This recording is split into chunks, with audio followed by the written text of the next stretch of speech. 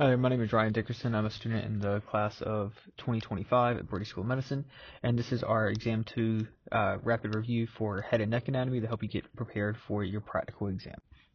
As always, these resources are being brought to you by Scrubs. Scrubs is a student derivative initiative that aims to develop supplemental resources for future and current cohorts help pass through Brody, exposing you to materials that we wish we'd been exposed to during our time in the course. As always, we have a disclaimer that these resources are made as a supplement and not as a primary replacement for your course material that Brady faculty provide. And with that, let's go ahead and dive into some of the material. So here you'll see a list of the structures that are likely to be asked or that you are responsible for knowing for this particular head and neck exam. In red, we've highlighted some of the ones that are most likely to show up or things that are most likely to get confused and that we really want to make sure that you know definitively before you go into the lab on test day. So here's this view. As we go through, we're going to hit on some of these. We're not going to have time to go through all of these because it's going to be rapid, fast, meant for last minute review as you're getting ready for the exam. Okay, so starting off with the bones of the skull, really important that we know these. Within the skull, there's a lot of different foramen or holes. We need to identify each one of these and the associated structures that run through them. So initially, the cribriform plate up here at the frontal region, so this is the cribriform plate of the ethmoid bone. The cribriform plate of the ethmoid bone is going to have the olfactory nerves sitting directly on top of it. So the olfactory nerves are for our cranial nerve 1, and that has to do with smell. Okay, so that's the cribriform plate. The crista galli is located just in between. So the crista galli is going to be the attachment for our falx cerebri. So falx cerebri coming down the middle. Okay. The internal acoustic meatus, we can see kind of down here in this region of the skull, the internal acoustic meatus is going to allow for two nerves to transmit through. You can see that here. The two nerves that are transmitting are the facial nerve and the vestibulocochlear nerve. Facial nerve is cranial nerve 7, vestibulocochlear nerve is cranial nerve 8. Okay. Next, we have the jugular foramen. So jugular foramen located more inferiorly, a little bit more posteriorly. Jugular foramen has 3 cranial nerves that are transmitting, cranial nerves 9, 10, and 11. So 9 is glossopharyngeal, 10 is vagus, and 11 is spinal accessory. The one nerve here that is easier to identify going into the jugular foramen, because again they're all going to be mixed together, but you'll see one that's coming up through the foramen magnum and then wrapping into the jugular foramen. That is specifically your spinal accessory nerve or cranial nerve 11, because it has spinal components coming from C1 through C3 as well. So it has to go up through the foramen magnum because there's components come from the spinal cord before it gets into the jugular foramen and exits the skull. Right. So these are primary structures that you're going to need to know the associated cranial nerves running with. The other 3 structures I wanted to point out here is right here in this region of the skull, you're going to have 3 foramen. You're going to have one most laterally. This is your foramen spinosum. It's the smallest of the 3.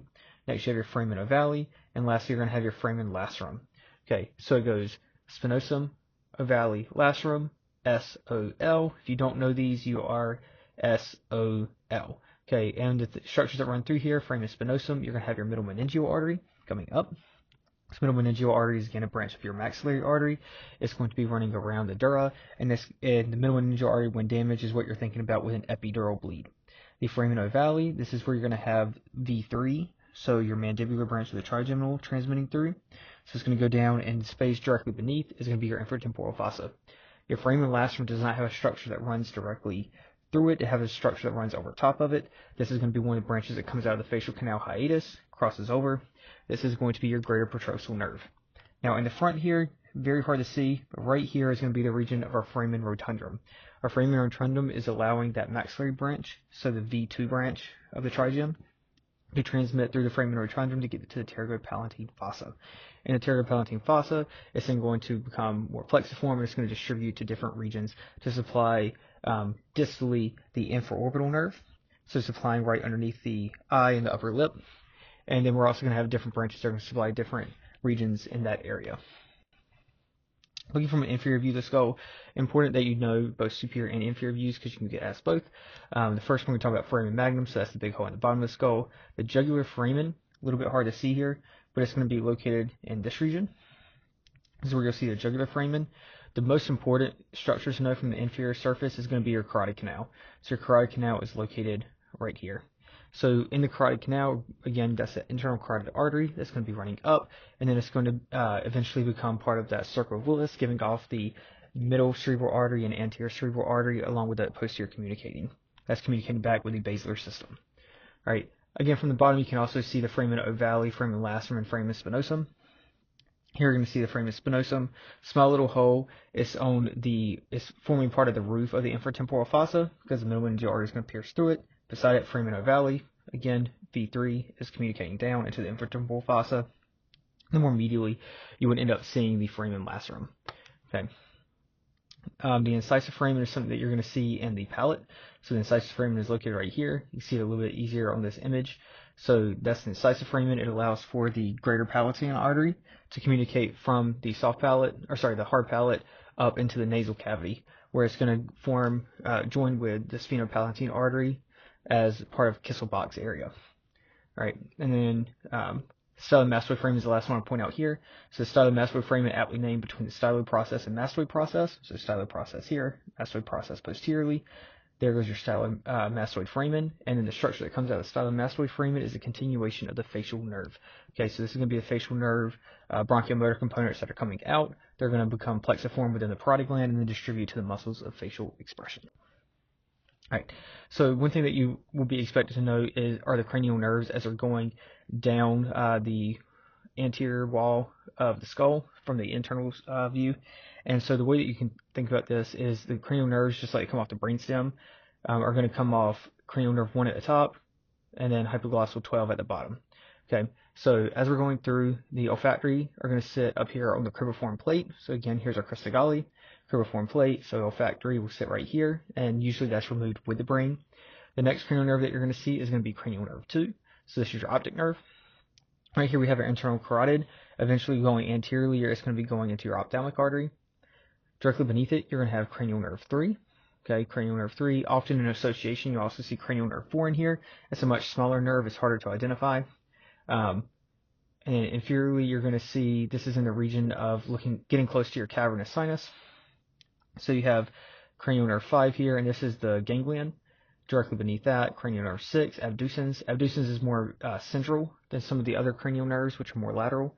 Okay, so make sure you point out 5, big, large, sits in the region of the cavernous sinus. Cranial nerve 6, abducens, is running anteriorly. Remember, cranial nerve 6 is going to the abducens nerve, the lateral rectus, because it is the abducens nerve. And then over here we have our internal acoustic meatus laterally. You can see that there are 2 nerves that are going into the internal acoustic meatus. One is cranial nerve 7, the facial. The other one is cranial nerve 8, glossopharyngeal. Down here inferiorly, this is where we have our jugular foramen. Again, remember in our jugular foramen, there are 3 cranial nerves that are going to enter. You're going to have cranial nerve 9, 10, and 11. 11 being that spinal accessory nerve. You don't actually see spinal accessory nerve here, but when you do, it'll be coming up through the foramen magnum, running in to the jugular foramen. And it's likely this nerve here that's just not tagged. Okay, and then the hypoglossal nerve has its own exits through the skull, so these are called the hypoglossal foramen, and it's going to exit out on either side. Okay, so that's cranial nerve 12. Down here you have the vertebral arteries. These have been cut off the brainstem, but the vertebral arteries are going to join together with the basilar artery and run on top of the pons on the actual brain. Okay, quick dural structures that we need to know. Anytime you see falx, this is referring to a superior to inferior section. Anytime you see tentorium, it's referring to a horizontal section. So you have the falx cerebri, so separating the cerebral hemispheres that runs down the middle. You have the tentorium cerebelli, which separates the cerebrum from the cerebellum, which is going to be underneath this structure here. And then unable to be seen, but down in here, deep under what we can see, is you'll have a falx cerebelli, separating the cerebellum in half. All right, what we really need to keep track of are the sinuses that are running in this region. So within the falx cerebri, we're going to have a sinus that runs on the superior pole. This is going to be our superior sagittal sinus. On the inferior pole, we're going to have the inferior sagittal sinus. Inferior sagittal sinus eventually drains into the straight sinus. The straight sinus and superior sagittal sinus both drain posteriorly into what we call the confluence of sinuses. From the confluence of sinuses, we're going to go laterally. This is going to be our transverse sinus. And then as we come more proximally, easier to see on this view, so we're coming around transverse, the end result that we're looking for is to get CSF into the internal jugular vein. So we're going to come down in an S shape, and this is going to be called the sigmoid sinus. Okay, so sigmoid sinus eventually going into our internal jugular vein. Okay. Next up, we have our middle meningeal artery. Remember, the middle meningeal artery is a branch of that maxillary artery. It's coming up and it's running on top of the dura. And you can kind of see this region of the skull here. This is a specific region that we call the pterion. The pterion is the juncture of multiple sutures, suture lines of the skull. So it's a region that, if damaged, is likely to cause injury to the middle meningeal artery. And if the middle meningeal artery, because this is above the dura, gets damaged, this is going to cause an epidural bleed.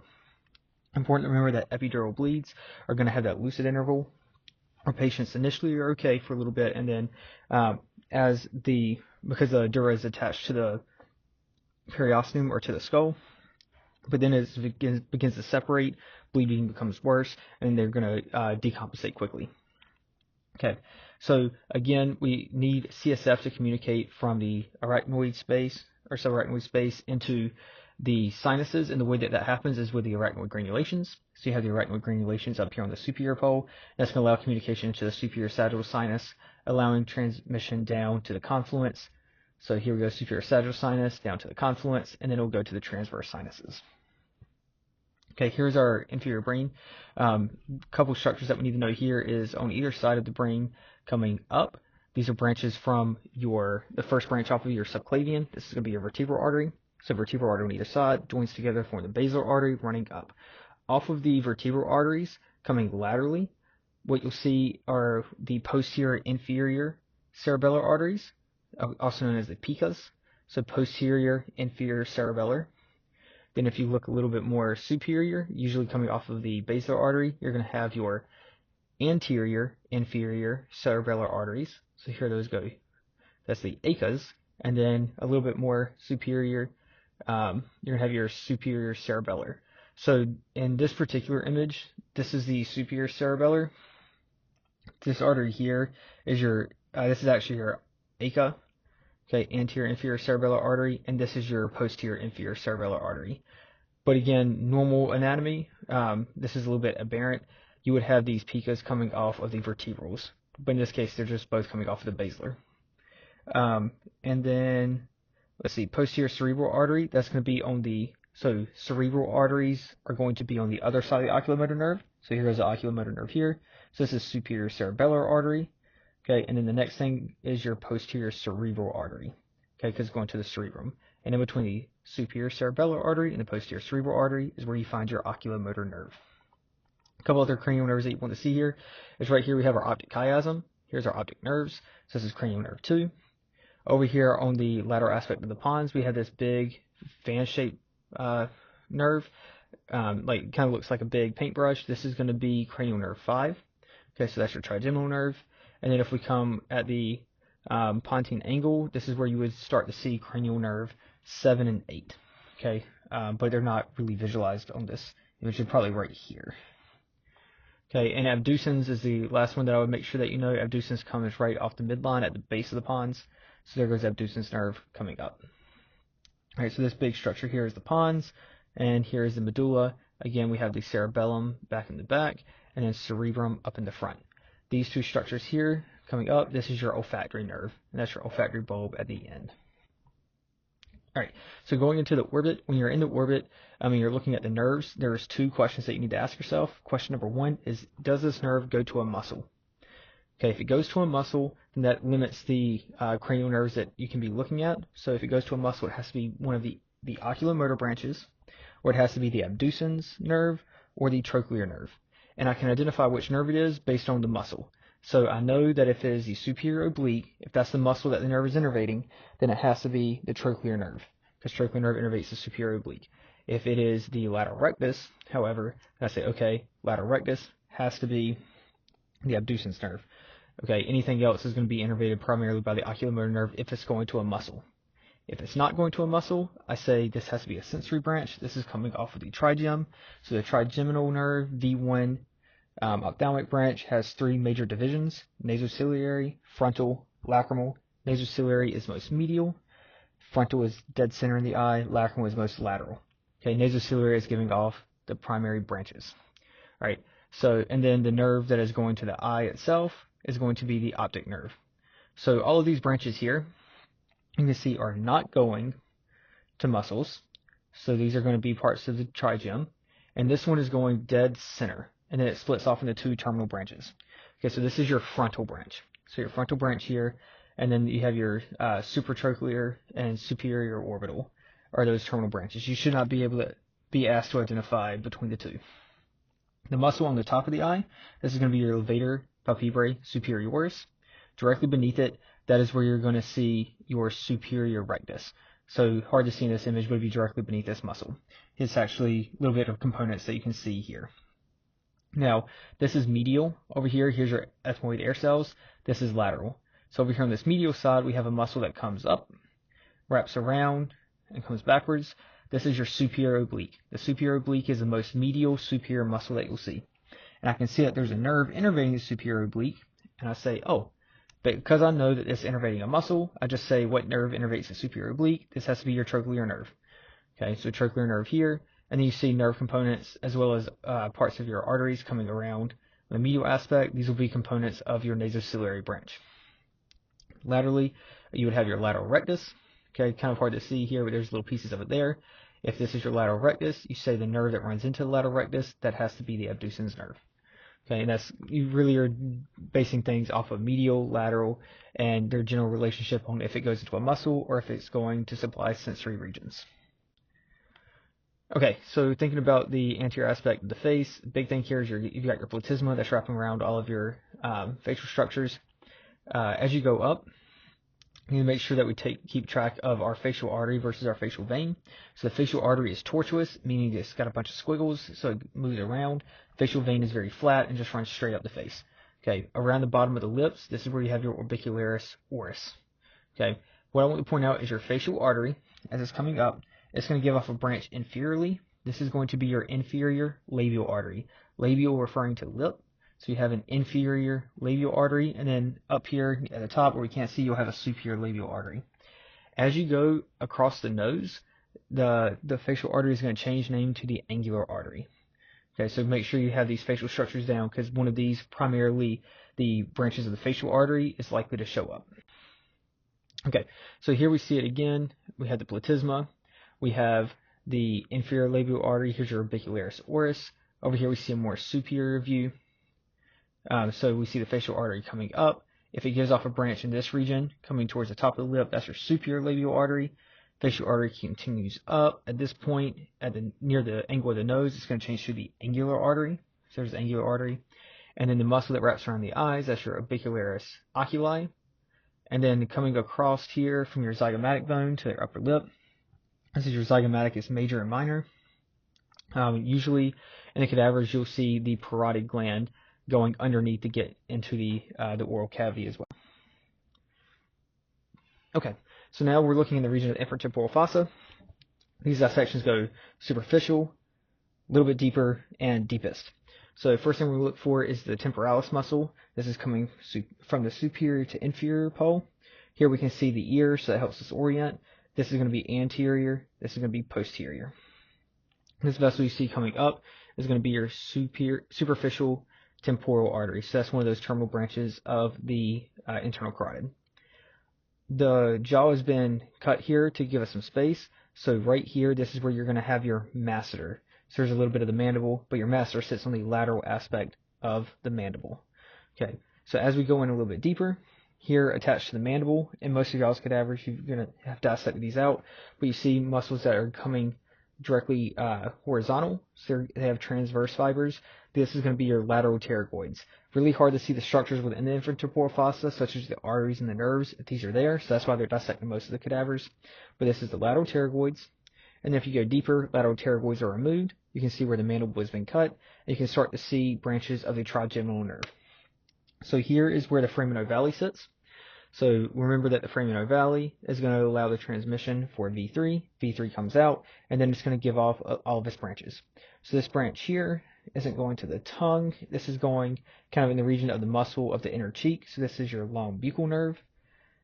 Here you're going to have two branches that are coming down in the region of the jaw. I'll tell you that this one on the inferior side, hard to see here, but it's actually going to run into the mandibular foramen in the jaw. And then this one's going to run not quite through the mandibular foramen, but in the same region. So here you have your lingual nerve, and this is your inferior alveolar nerve. Over here, coming laterally, running around towards the ear. This will be wrapping around a vessel. They've been dissected here, but it would be wrapping around your middle meningeal artery. This is going to be your auriculotemporal nerve. Okay, so hard to see in this image, but things to keep in mind: the nerve to mylohyoid and chorda tympani are going to be really important to keep track of because they look very similar. They're both very small nerves. You have to keep track of which nerve do they come off of or are associated with. So the nerve to mylohyoid is going to be a branch distally right before you go into the mandibular foramen of the inferior alveolar nerve. The chorda tympani is going to be a nerve that's coming from the facial nerve, and it's going to be running with your lingual nerve. Okay, and it's going to supply taste to the anterior 2/3 of the tongue. All right, so now we're looking in the region of the anterior triangles. We have a little bit of posterior triangle back here as well. So a couple big things in midline. A lot of the muscles here of the neck are going to tell you origin and insertion in their name. So this one's coming all the way down, so to the sternum, going to the hyoid, sternohyoid. Underneath it, going from the sternum to the thyroid gland, sternothyroid. Then above that, from the thyroid gland to the hyoid, thyrohyoid. Okay, so these are your muscles that you need to know. Over here coming laterally across towards the shoulder, this is your omohyoid, superior belly, inferior belly. Over here reflected, this would normally form the borders between your anterior and posterior triangle. This is your sternocleidomastoid. I know definitively that the nerve that innervates the sternocleidomastoid is the spinal accessory nerve. So spinal accessory nerve here, cranial nerve 11, going to the sternocleidomastoid. Remember that the proprioceptive fibers that supply the sternocleidomastoid are coming off of the cervical plexus, specifically C2 and C3 components. The trapezius is also getting innervation from the spinal accessory nerve, but the proprioceptive fibers, unlike C2 and 3 for the sternocleidomastoid, are going to be C3 and 4 for the trapezius. Other structures we can see here, we have our common carotid coming up. Common carotid is going to bifurcate into internal and external carotid. Later on, we'll see the branches of the external carotid. And then here we have our internal jugular vein, and our internal jugular vein is going to give off branches as well. Here we have our anterior scalene. Anterior scalene muscle is going to split the brachial plexus between the anterior scalene and middle scalene. So there goes a brachial plexus coming through, anterior, middle scalene, and on top of the anterior scalene, you're going to have the phrenic nerve. Okay, and we'll see later that the phrenic nerve is actually going to be tamped down by 2 additional vessels.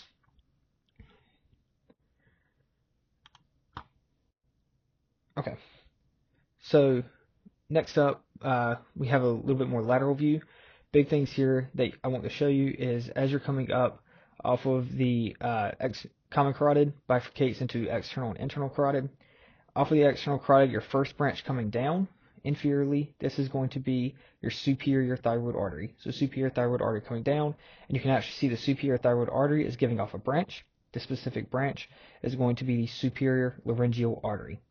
Running with the superior laryngeal artery, directly above it, this is what we're going to call the internal branch of the superior laryngeal nerve. You can also call it the internal laryngeal nerve. Okay, so internal laryngeal nerve running with the superior laryngeal artery. So this is a branch off of your vagus. Now, one question that sometimes comes up, how do I make sure that I can identify this nerve as opposed to the nerve directly above it, going in the same region? So the internal laryngeal nerve is piercing the thyrohyoid membrane. This nerve here, if we follow it back up, is coming off of the hypoglossal nerve. So it's not a part of the hypoglossal nerve, but it's running with it. So hypoglossal nerve coming here, kind of in the submandibular triangle, in association with that common tendon of the digastric, and it's got another nerve that's coming off, branching, and this muscle that it's innervating is between the thyroid and hyoid. So this is your thyrohyoid muscle. So this specific nerve that we're seeing is a nerve to thyrohyoid. And if we remember, that's from our cervical plexus and our ansa cervicalis. This is coming off the C1 spinal root, running with the hypoglossal nerve. The other C1 nerve that you need to know is going to be nerve to geniohyoid. So geniohyoid, which you can't see here, and then here you have your thyrohyoid. Okay, then your second branch coming off of the external carotid, you're going to have your lingual. So your second branch, just anterior, is going to be your lingual. Then you're going to have your facial. Posteriorly, where it's hard to see, you have your ascending pharyngeal. You also have posterior auricular, and then occipital further up. But those are difficult to see in the actual cadaveric dissections because they're posterior. One thing I want to point out is here you have your common belly of the digastric. The muscle that's wrapping around the common belly of the digastric coming down is going to be your stylohyoid. Your posterior belly of the digastric is actually really far back, inserting into the mastoid process. Again, here we see this squiggly vessel coming up to the face. This is going to be my facial artery. The flat structure beside it is my facial vein.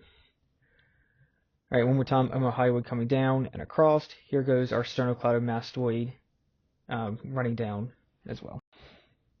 All right, so diving in a little bit further, here we see our hypoglossal nerve coming around really well. So hypoglossal coming around. And then here we're kind of picking up some of this. This is going to be your lingual artery coming around. Lingual artery is here. And then here's your facial artery coming up into the face. All right, so again, posterior, this is your common tendon, your digastrics, anterior belly digastric, posterior belly's way up here. The muscle that's running with the common tendon is going to be your stylohyoid. So that's this muscle here, stylohyoid. One thing that you can see in this image that we couldn't see in the other image as well is we have the ansa cervicalis wrapping around the carotid sheath, which has been dissected out here. But remember that there are two limbs of the ansa cervicalis. There's a superior limb and there's an inferior limb. So here we see the loop coming down medially, and then we can see it coming up on the lateral aspect. So the medial component of the ansa cervicalis is going to be the superior limb. The lateral component is going to be your inferior limb. Okay, and right here again we have our hypoglossal nerve, and right here we have our nerve to thyrohyoid that's coming off. Okay, this is again a similar view, dissected out a little bit more. So we have our anterior belly digastric, common tendon. Posterior belly digastric is up in here. This muscle that we're seeing coming down, wrapping around the common tendon, is going to be our stylohyoid. Okay, those are the big things we want to see here, and then the lingual artery is running along in this region. Here we have our hypoglossal nerve, so it came underneath it, and then it dives in towards the oral cavity to supply the muscles to the tongue. Okay, in this region, big things that I want to show you is here we have our cricothyroid. So cricothyroid is going to sit in the front of our larynx, and what you can actually see here, which is really important, is you see this nerve coming down. This nerve that comes down and innervates the cricothyroid is the external branch of the superior laryngeal nerve, also known as the external laryngeal nerve.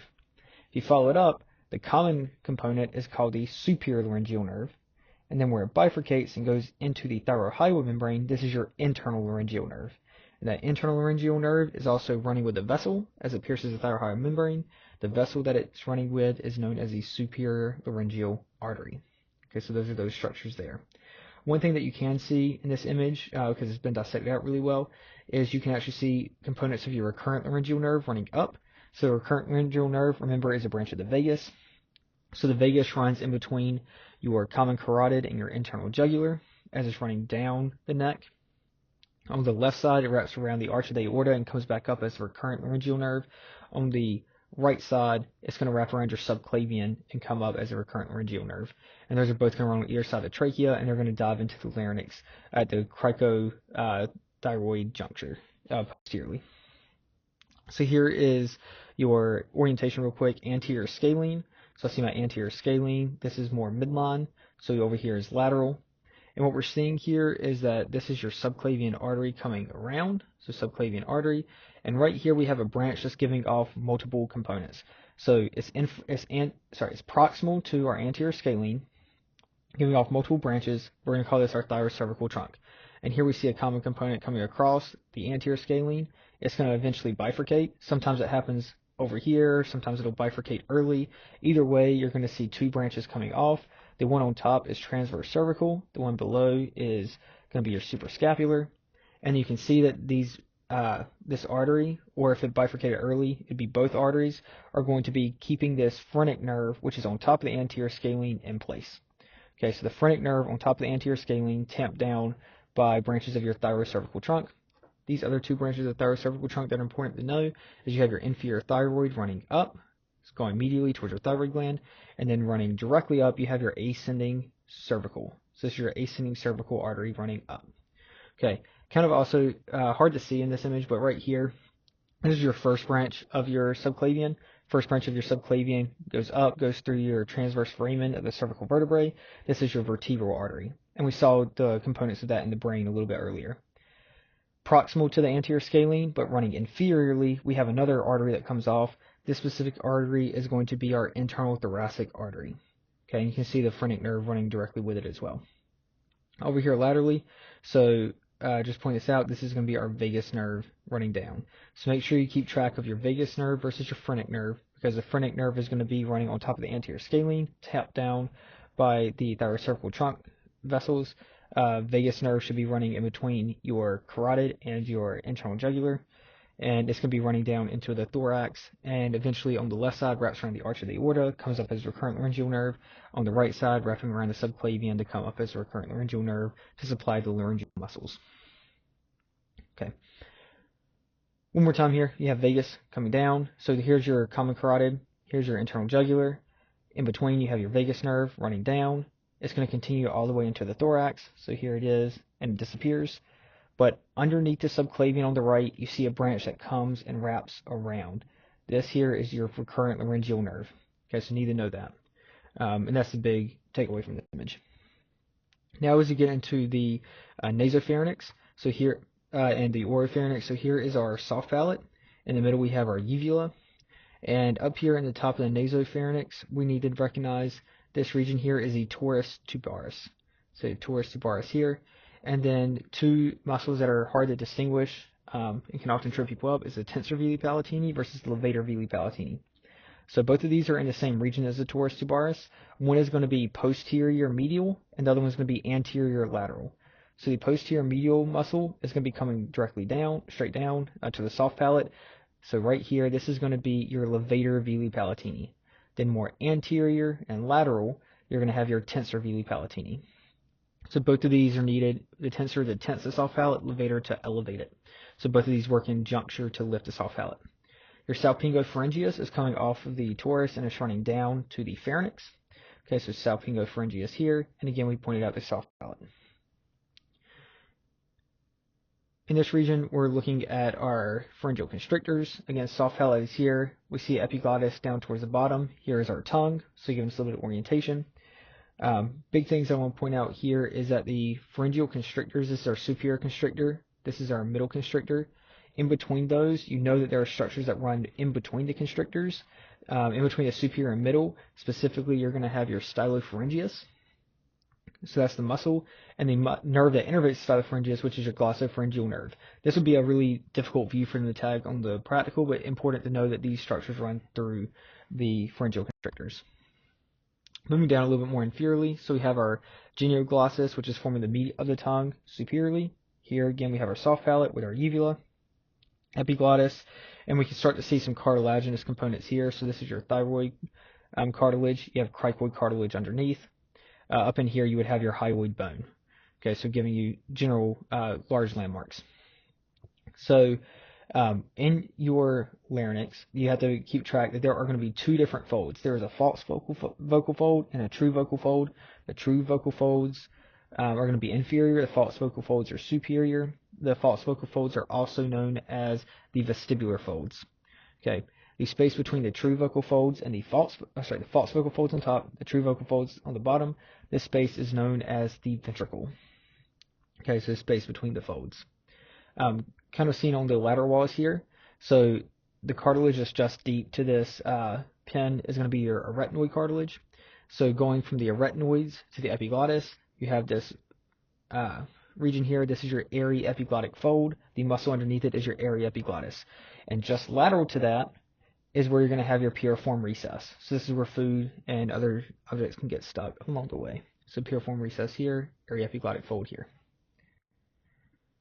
All right, in the nasal cavity, big things you need to keep track of is the concha and the different meatuses, as well as the different sinuses and what drains into what space. So back here in the back, this is our sphenoid sinus. Anteriorly, we're going to have a superior concha, middle concha, inferior concha. The space above the superior concha and the sphenoid sinus, so this space right here, is the sphenoethmoidal recess. Sphenoethmoidal recess is draining one sinus. That is the sphenoid sinus. Makes sense because it's side by side. In between the superior concha and middle concha, you have the superior meatus, which is this space in here. The superior meatus is also draining one sinus. It drains the posterior ethmoidal sinus. So that's what you're going to see here. Underneath the middle concha, we're going to have the ethmoid bulla and the semilunar hiatus. And in the middle meatus, which is the space underneath the middle concha, you're draining all of the other sinuses, or all the other perinatal sinuses of the face. So that's your frontal sinus, maxillary sinus, as well as your anterior middle ethmoidal sinuses. Underneath the inferior meatus, you don't have any other sinuses that are draining. The only thing that you have down here is your nasolacrimal duct. Okay, so nasolacrimal duct draining into the inferior meatus. Back here in the back, we can see components of our torus, and this is our salpingopharyngeus coming down as well.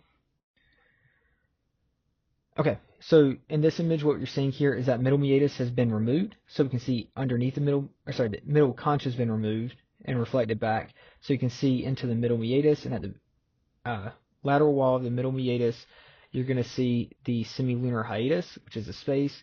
The ridge around it is the ethmoid bulla. This is what's allowing communication between the maxillary sinus and the middle meatus. Okay, really important landmark or orientation you need to know here. This is quickly orienting. This is going to be lateral. This is medial over here. Superior on the top, because there goes our palate. And then down here we have our mandible, so this is inferior. So on the lateral wall, coming towards the tongue, which we see here, we really need to make sure that we keep track of the submandibular duct and the lingual nerve coming underneath. So the lingual nerve is going to start lateral. It's going to pass underneath the submandibular duct and then dive in toward the tongue medially. So the submandibular duct runs straight across. Lingual nerve starts lateral, goes inferior, and dives into the tongue. This muscle we see over here wrapping around the inferior aspect of the jaw is going to be your mylohyoid. Remember that the mylohyoid is innervated by the trigeminal nerve, and the same nerve branch that innervates the mylohyoid is also innervating the anterior belly of the digastric. Okay, medial view real quick. Genioglossus, forming the meat of the tongue, so this is fan-shaped muscle here. Underneath the genioglossus, you have the geniohyoid, and underneath the geniohyoid, you have your mylohyoid. So mylohyoid is most inferior. Geniohyoid is a strap muscle that comes between the chin and the hyoid bone here. So that's geniohyoid, and then genioglossus more superiorly. The function of the genioglossus is to stick the tongue out.